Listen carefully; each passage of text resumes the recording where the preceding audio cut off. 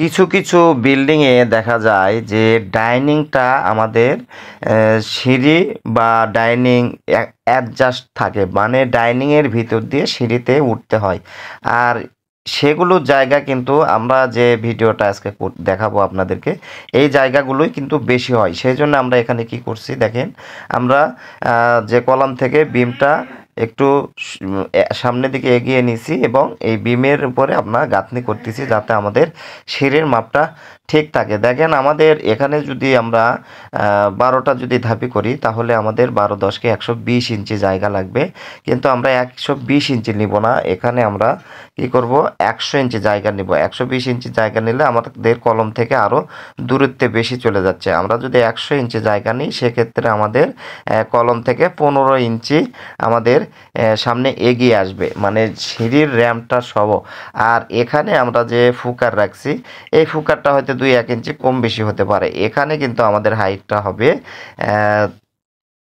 18 ইঞ্চি, মানে 18 ইঞ্চি হাইটটা হবে 1.5 ফিট।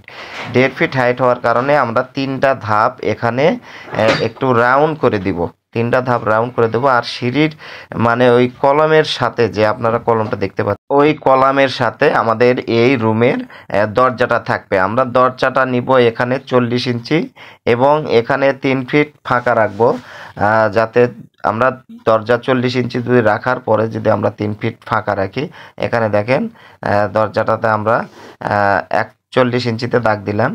40 ইঞ্চিতে এইভাবে দাগ দিয়ে নিয়ে আপনার এখানে সিঁড়ির ল্যান্ডিংটা রাখতে হবে। সিঁড়ি ল্যান্ডিং মানে আপনার যে ডাইনিংয়ের ভিতর দিয়ে যেন না যেতে হয়, এখানে কিন্তু আমরা 3 ফিট জায়গা রাখবো। 3 ফিট জায়গা রেখে এখানে কিন্তু আমরা 3টা ধাপ ঘুরিয়ে ঘুরিয়ে দিব। 3টা ধাপ ঘুরিয়ে ঘুরিয়ে দিলে কিন্তু আমাদের সিঁড়ির যে জায়গাটা রাখা আছে সেটা কিন্তু হাইট হয়ে যাবে। এখানে আমরা কিন্তু অলরেডি 3 ফিট জায়গা নিব, সেই 3 ফিটের মধ্যে যেন আমরা উপরতলায় উঠে ঘুরে যেতে পারি। এখান থেকে 3টা ধাপ আমরা এইভাবে রাউন্ড করে দিব এবং গেট বিমটা কিন্তু আমরা যে গেট বিমের উপর থেকে দিব, সেই জন্য কিন্তু সিঁড়ির লোডটা কিন্তু এখানে ভালো নিবে। আর এখান থেকে র্যাম্পটা কিন্তু কলমের ওই পাশে পর্যন্ত আমাদের 20 ইঞ্চি যাচ্ছে।